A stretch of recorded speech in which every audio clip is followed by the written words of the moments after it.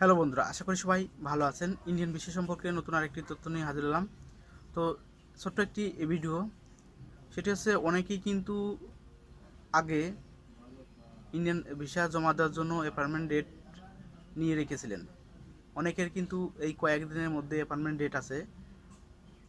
শুধুমাত্র Dhaka Jamuna future park বাদে অন্যান্য জায়গা যে সকল ভিসা সেন্টার আছে সেগুলো তো মিনিমাম 3 মাস, 2.5 মাস, 2 মাসের মধ্যে কিন্তু অ্যাপয়েন্টমেন্ট ডেট পড়ছিল। তো যার কারণে অনেকেই কিন্তু পুরাতন অ্যাপয়েন্টমেন্ট ডেট আছে নতুন করে জমা দেওয়ার জন্য এখন। তো আজকে আগস্টের 31 তারিখে, তো এই তারিখের মধ্যেও বা সেপ্টেম্বর মাসের মধ্যেও কিন্তু অনেকেরই অ্যাপয়েন্টমেন্ট ডেট নেওয়া আছে। তো তারা জমা দিতে পারবেন না এই মুহূর্তে।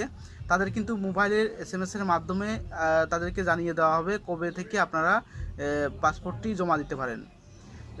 আপনার টাকা পয়সার নষ্ট হবে না। অ্যাপয়েন্টমেন্ট ডেট নেওয়া থাকলে পরবর্তীতে আপনার মোবাইলে এসএমএস জানিয়ে দেওয়া হবে। নতুন করে আর কোনো অ্যাপয়েন্টমেন্ট ডেট নেওয়া লাগবে না।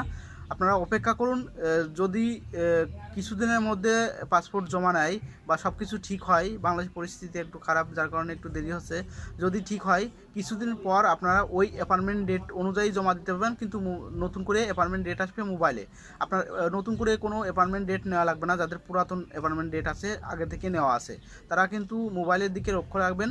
আপনার মোবাইলে এসএমএস আসবে যে অ্যাপয়েন্টমেন্ট ডেটে, সেই অ্যাপয়েন্টমেন্ট ডেটেই কিন্তু আপনারা জমা দিতে পারবেন। তো যাই হোক, এই ছিল ছোট্ট একটি নিউজ। ভিডিওটি যদি আপনাদের ভালো লাগে লাইক, কমেন্ট, শেয়ার করবেন এবং আমার চ্যানেলটি সাবস্ক্রাইব করবেন। আমি ইন্ডিয়ান বিষয় সম্পর্কে তথ্য সবার আগে দিয়ে থাকি।